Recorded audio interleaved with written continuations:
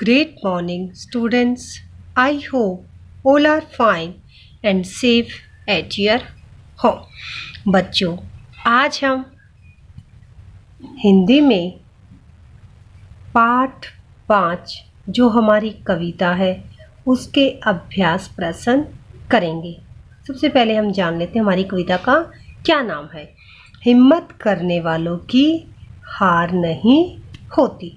तो चलिए अब हम अपने प्रश्न उत्तर शुरू करते हैं। प्रश्न 2, उसकी मेहनत कैसे बेकार नहीं जाती। उत्तर, चींटी दीवार पर से बार बार फिसलने पर भी धैर्य नहीं खोती। वह लगातार कोशिश करती रहती है, अंततः वह सफल हो जाती है। इस प्रकार उसकी मेहनत बेकार नहीं जाती। क्या कहा है, जो चींटी है वो बार बार दीवार पर जब चढ़ती है और फिसल जाती है, उसके बाद भी वह अपना धैर्य नहीं खोती है, इसलिए उसकी कोशिश बेकार नहीं जाती, अर्थात उसकी मेहनत बेकार नहीं जाती और वह सफल हो जाती है। नेक्स्ट हमारा प्रश्न नंबर 3, गोताखोर को सागर से मोती निकालने के लिए क्या क्या करना पड़ता है। यहाँ कवि ने उसका उदाहरण क्यों दिया है। देखिए, गोताखोर को सागर से मोती लाने के लिए बार बार उसमें डुबकी लगानी पड़ती है। किसमें? सागर में। कई बार खाली हाथ लौटने के बाद एक बार उसके हाथ में क्या आ जाता है, मोती आता है और उसकी मेहनत सफल हो जाती है, मीन्स कामयाब हो जाता है वह मोती लाने में। आगे देखिए, यहाँ कवि ने इसका उदाहरण क्यों दिया है। यहाँ कवि ने यह उदाहरण उन लोगों का हौसला बढ़ाने के लिए दिया है जो क्या करते हैं, जीवन रूपी समुद्र की लहरों से डरकर उसमें गोता लगाने से बचते हैं, अर्थात परेशानियों का मुकाबला करने के बजाय उनसे दूर भागते हैं। उन्हें परिश्रम से कभी भी मुंह नहीं मोड़ना चाहिए। नेक्स्ट है हमारा नंबर 4 प्रश्न, चढ़कर गिरना गिरकर चढ़ना न अखरता है। कवि ने यह पंक्ति किसके लिए लिखी है और क्यों। उत्तर, ये पंक्तियां कवि ने चींटी के लिए लिखी है। दुनिया में चींटी जो एक छोटा प्राणी है, उसका काम लगातार बिना थके तथा बिना हार माने करती है।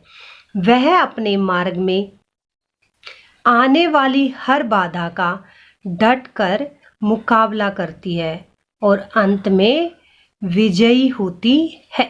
अंत में क्या हो जाती है, वो सफल हो जाती है। कवि ने ये पंक्तियां किसके लिए कही हैं, छोटी सी चींटी के लिए। वो अपना काम लगातार मीन्स बिना थके करती जाती है और जीवन में सफलता को प्राप्त करती है।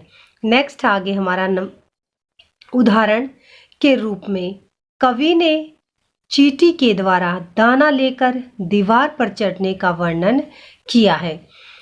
वह बार बार दीवार से फिसलने पर भी उसके बढ़ते हौसले को दिखाया है। चींटी का उदाहरण मनुष्य को असफलताओं की चिंता किए बिना लगातार सफल होने के लिए कोशिश करते रहने की प्रेरणा देता है। कि जिस तरह चींटी बिना थके लगातार अपना काम करती रहती है, उसी तरह मनुष्य को भी क्या करना चाहिए, असफलता की चिंता किए बिना सफल होने की कोशिश करनी चाहिए। नेक्स्ट है आगे हमारा नंबर 5, कुछ किए बिना ही जय जयकार नहीं होती का अर्थ स्पष्ट कीजिए। क्या कहा कवि ने कि कुछ किए बिना ही हमारी जय जयकार नहीं होती, इसका अर्थ स्पष्ट कीजिए।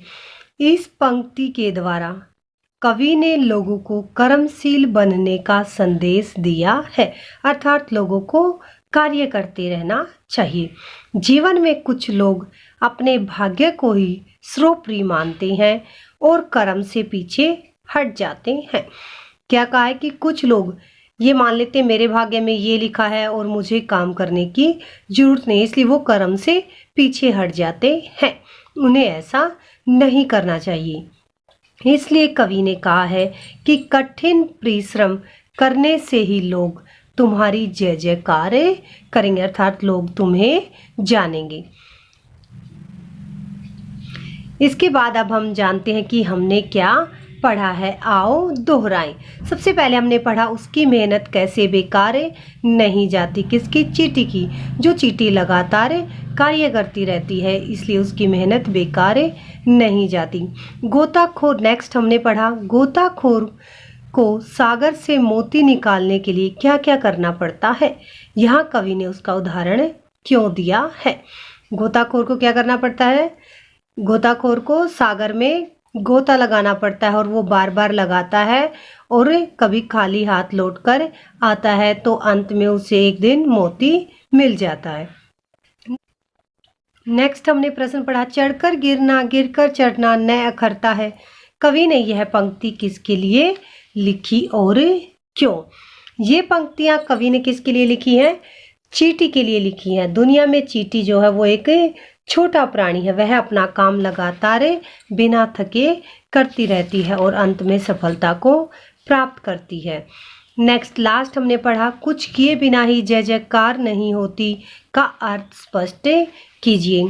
क्या कहा है? मनुष्य कर्मशील प्राणी है, उसे अपने कार्य करते रहना चाहिए। कुछ लोग भाग्य के भरोसे बैठ जाते हैं और कर्म नहीं करते, उनकी जय जयकार नहीं होती। जो लोग परिश्रम करते हैं उन्हीं लोगों की जय जयकार होती है।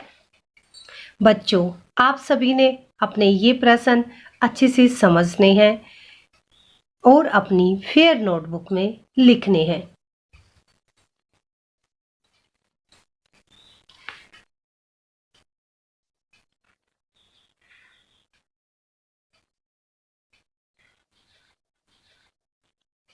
धन्यवाद। आपका दिन शुभ हो।